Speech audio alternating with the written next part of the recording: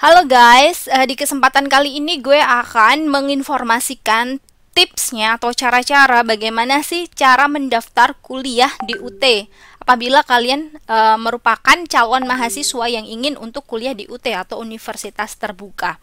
Sebelumnya gue akan ngasih beberapa alasan nih, kenapa kita harus kuliah di UT misalkan. Alasan yang pertama, kalau menurut gue adalah biaya kuliahnya murah banget guys. Murahnya itu murah banget. Jadi istilahnya itu uang kuliahnya itu adalah UKT ya, uang kuliah tunggal.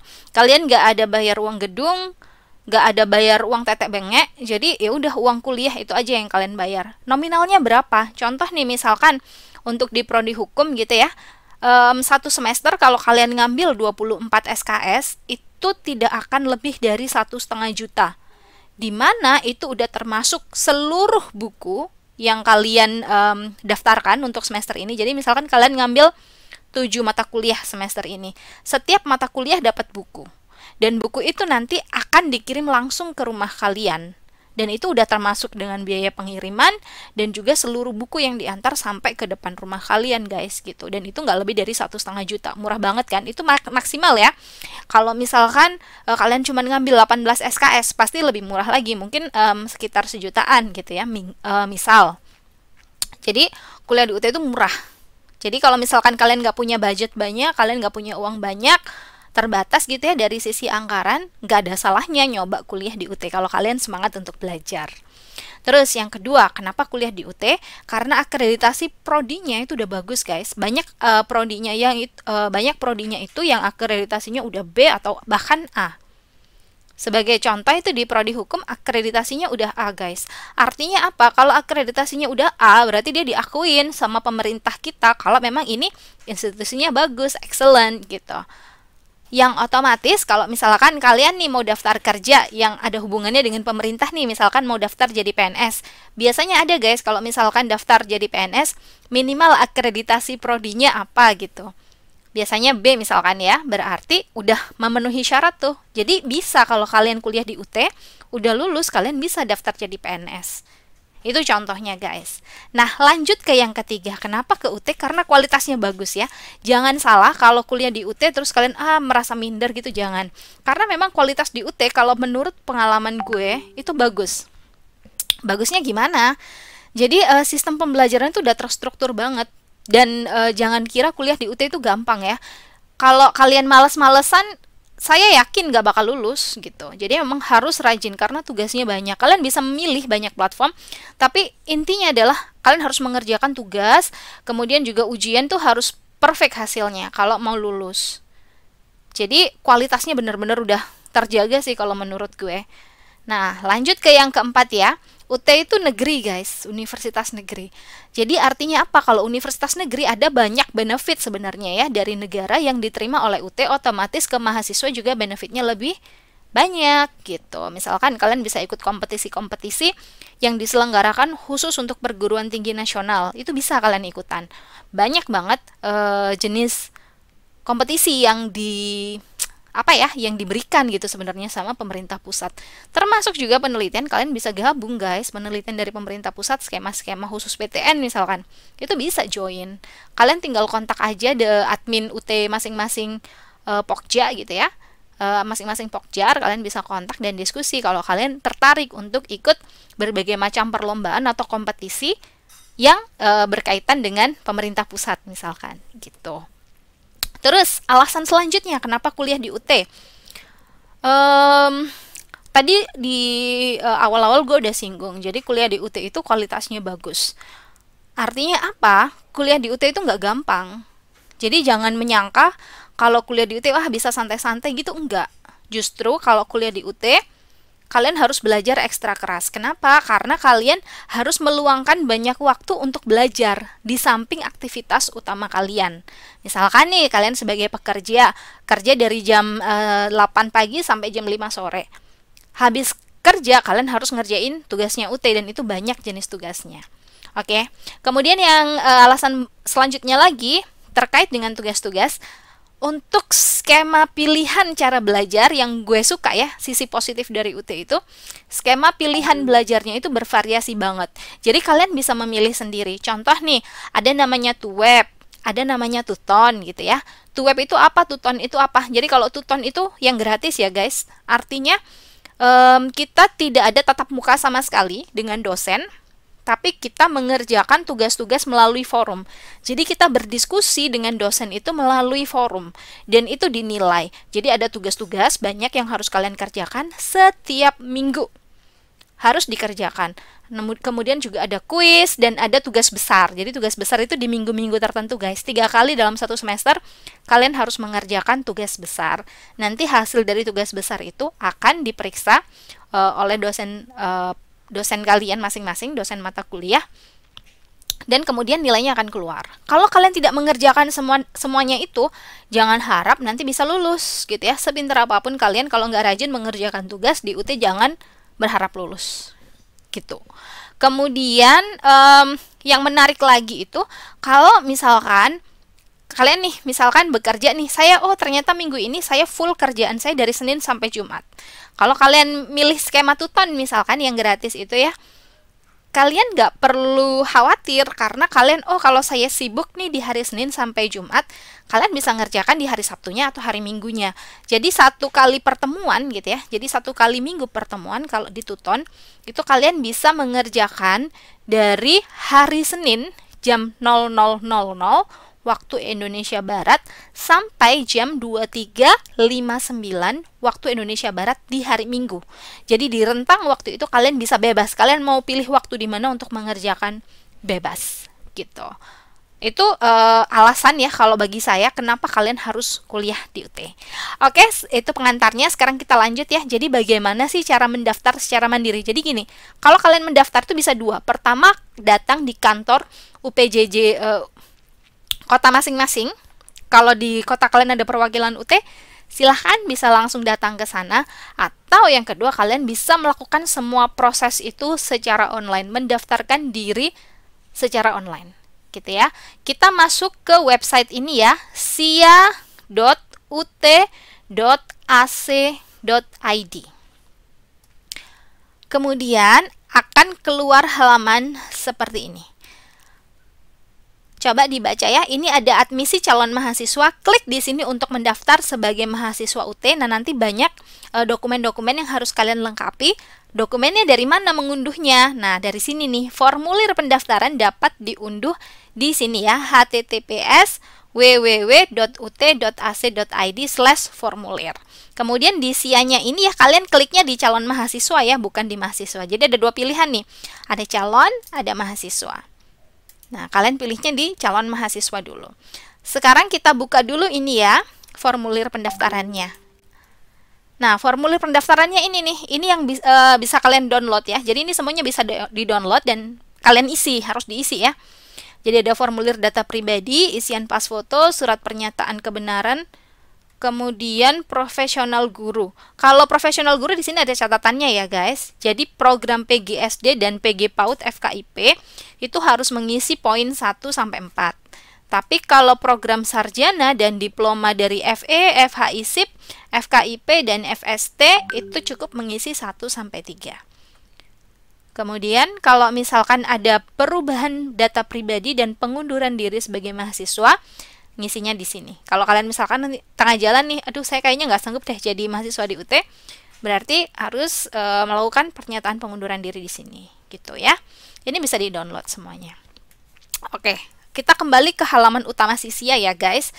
Untuk admisi calon mahasiswa, kita klik di sini ya untuk mendaftar sebagai mahasiswa UT.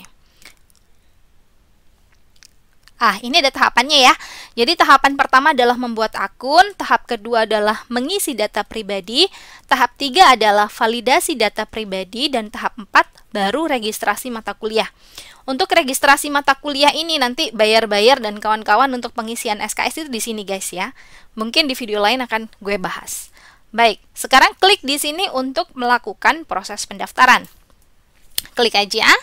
Udah saya klik ya. Nah, sekarang isi nama lengkap, ini saya ngasal ya, kemudian alamat emailnya,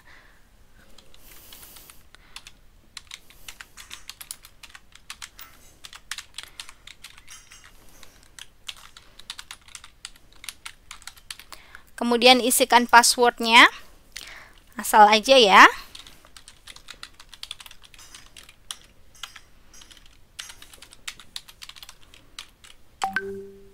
Kemudian jawab pertanyaan berikut dan register ya.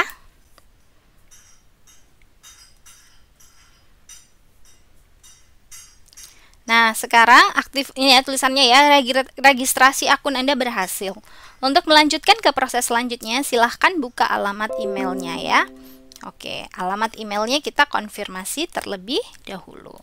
Baik, sekarang kita masuk ke verifikasi ya. Jadi bagaimana kita melakukan verifikasi? Masuk ke email masing-masing, kemudian klik di link verifikasi. Setelah itu, nanti kalian akan masuk lagi ke laman SIA UT ya. Jadi ke sini. Nah, ini ya. Selamat datang calon mahasiswa UT. Silahkan memilih UPBJJ UT sesuai dengan domisili Anda. Jadi ini ada bisa milih ya UPJJ-nya itu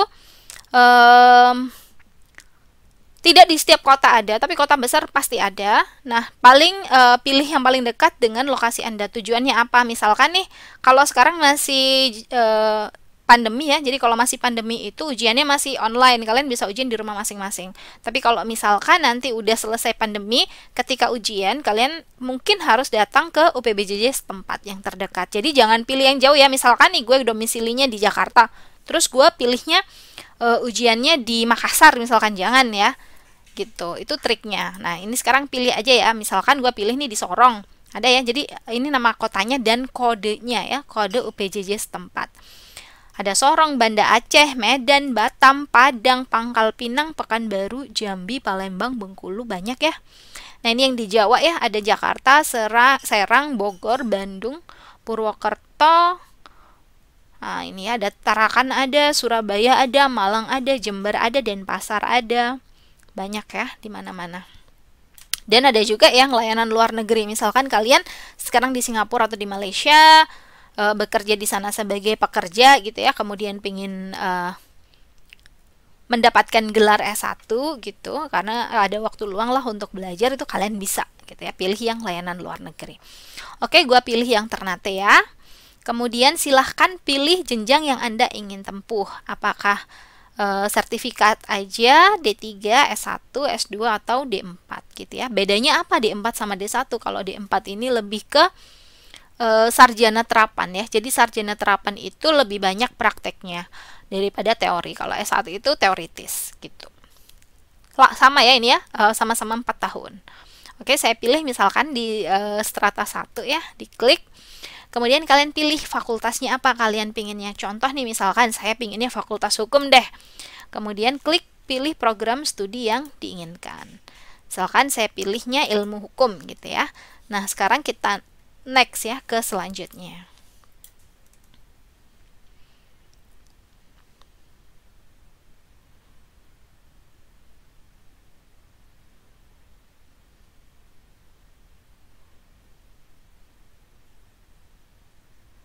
Agak lama ya loadingnya ya. Nggak masalah, ditungguin aja. Oke. Untuk batch ini kita nggak bisa ubah, biarin aja ya, jadi SRO tipenya. Kemudian NIK, ini nomor KTP ya guys. Masukkan nomor KTP, 16 digit. Kemudian tempat lahir dimasukkan juga. Coba misalkan saya tulis Ternate ya. Kemudian tanggal lahir ini pilih ya. Jadi formatnya adalah tanggal, bulan, tahun. Misalkan saya isi 01 01 2000. Kemudian agama pilih ya.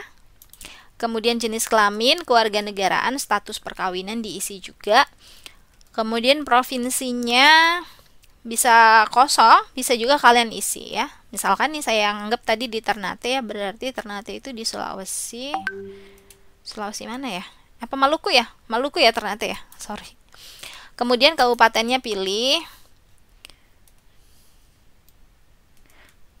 Misalkan kabupaten mana ya? Saya milihnya misalkan di Aru. Kemudian kabupaten kota pilih juga ya.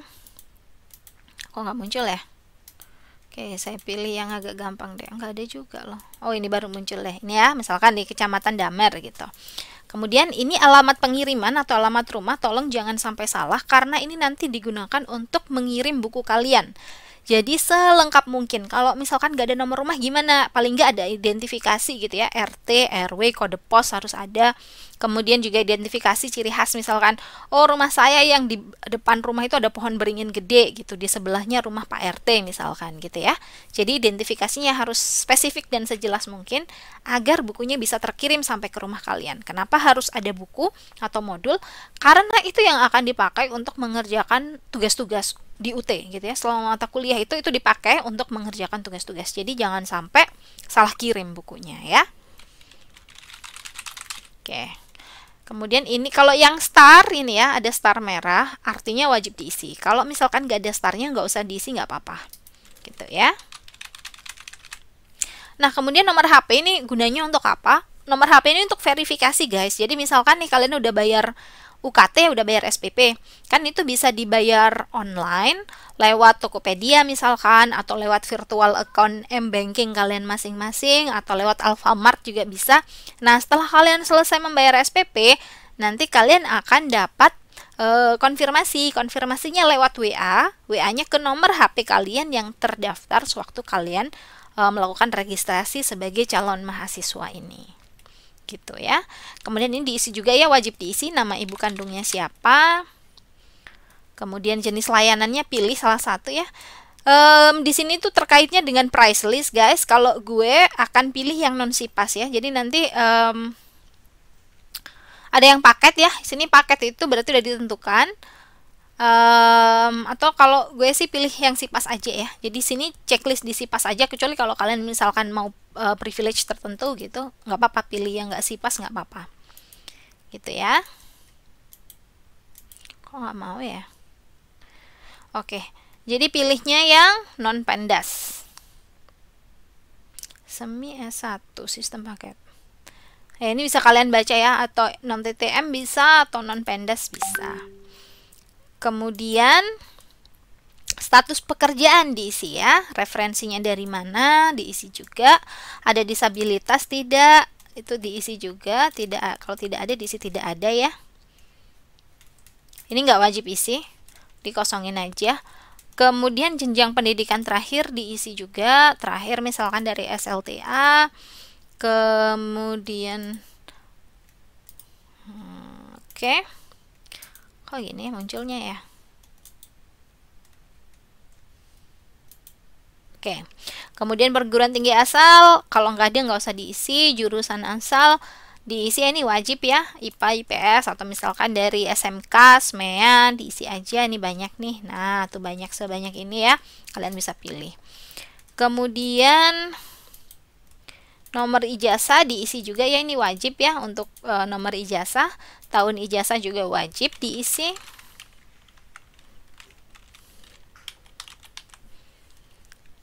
Kemudian informasi tambahan ini nggak wajib isi. Tujuan masuk UT wajib diisi ya. Lainnya misalkan dapat gelar atau memotivasi keluarga, bebas ya. Kemudian rencana lama studi ini nggak wajib isi, bisa di skip. Ini khusus bagi guru. Kalau kalian guru profesinya harus ngisi yang ini ya. Kemudian berkas pendaftaran. Nah ini ya, berkas pendaftaran ini harus diisi dengan lengkap. Nggak boleh ada yang terlewat. Yang pertama adalah pas foto 4x6. Catat ekstensinya harus JPEG, ukuran maksimal filenya 1 MB. Kemudian surat pernyataan keabsahan dokumen. Surat pernyataan keabsahan dokumen di mana? Ada di sini nih. Surat pernyataan kebenaran data dan keabsahan dokumen. Kita download dulu ya guys. Nah ini ya, surat pernyataan kebenaran data dan keabsahan dokumen. Namanya diisi, NIM-nya karena belum ada di skip aja. Tempat tanggal lahir, alamat, nomor telepon, email. Dengan ini menyatakan bahwa ini benar ya. Kemudian tanda tangan dengan materai 10.000. Materainya harus materai benar-benar ya. Jadi ini di print dulu. Kalian isi, bisa ditulis tangan, bisa diketik, kemudian ditempel dengan materai dan ditanda tangani. Materainya, tanda tangannya harus kena di materai. Gitu ya. Setelah itu kalian scan ulang dan baru setelah itu diupload ke sini. Surat pernyataan keabsahan dokumen. Setelah itu yang kedua harus diisi adalah form isian foto dan tanda tangan mahasiswa. Ngisinya di mana? Form isian foto dan tanda tangan mahasiswa itu ngisinya di sini. Nah, Ini harus diisi semuanya ya guys ya. Jadi tempel pas foto 4x6 di sini. Ada tanda tangan ya, tanda tangan 1, 2, 3 kali. Kemudian parafnya diisi, nomor induk kependudukan diisi, nama, tempat tanggal lahir, dan tanggal lahir. Gitu. Terus setelah itu di-scan lagi dan di-upload di sini. Setelah itu KTP ya. Jadi KTP-nya di-scan atau di-foto kemudian di-upload. Setelah itu fotokopi ijazah legalisir cap basah itu juga diisi. Kemudian fotokopi ijazah legalisir cap basah lembar kedua jika ada. Kalau nggak ada ini nggak apa-apa yang ini. Kemudian fotokopi transkrip terakhir cap basah untuk diploma dan sarjana. Kalau misalkan kalian udah diploma atau udah sarjana, silahkan upload di sini ya. Terus ini yang halaman kedua untuk lulusan diploma dan sarjana. Kalau udah baru disimpan guys ya. Kalau udah semuanya harus disimpan. Oh, ini harus ngisi kode pos guys. Oke, kita isi coba ya.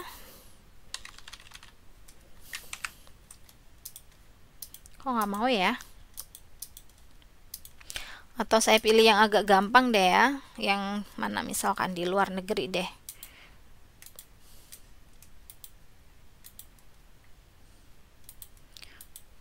Nggak mau ya? Luar negeri. Luar negeri.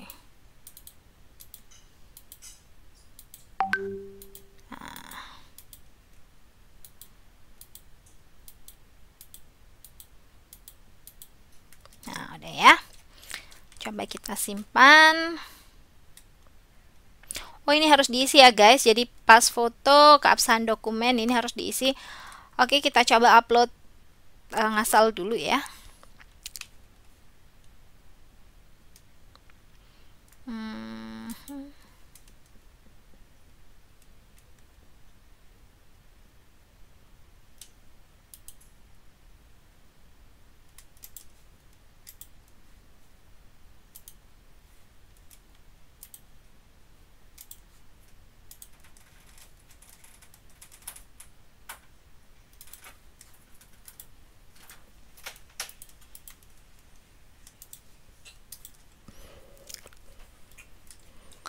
Jadi ini gue ngisi asal semua ya guys. Aduh, ntar salah lagi. Pilih file. Gue ngisi asal.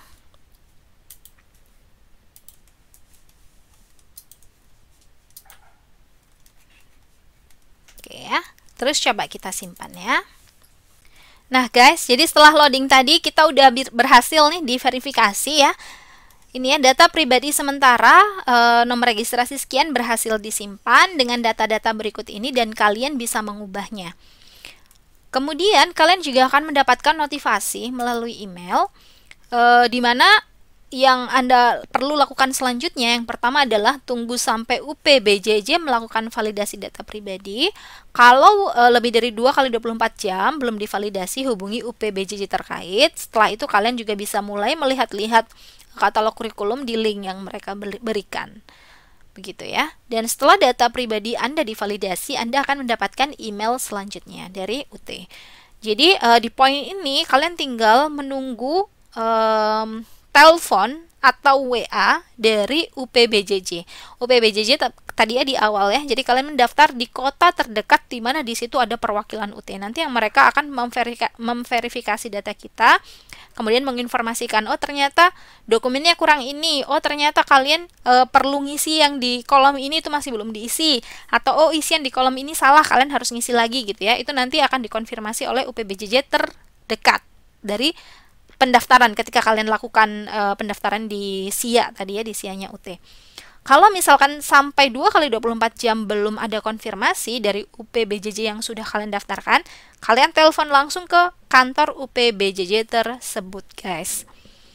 Nah, setelah proses itu selesai, udah diverifikasi semua datanya benar, kalian bisa mengambil mata kuliah dan kemudian melakukan pembayaran uang kuliah. Pembayarannya bisa di Tokopedia, bisa lewat e-banking masing-masing, atau bisa juga lewat Indomaret, Alfamart, Alfamidi, kayak gitu guys. Oke, sekian dulu video dari gue rasa udah cukup. See you next time ya in my next video. Selamat kuliah di UT.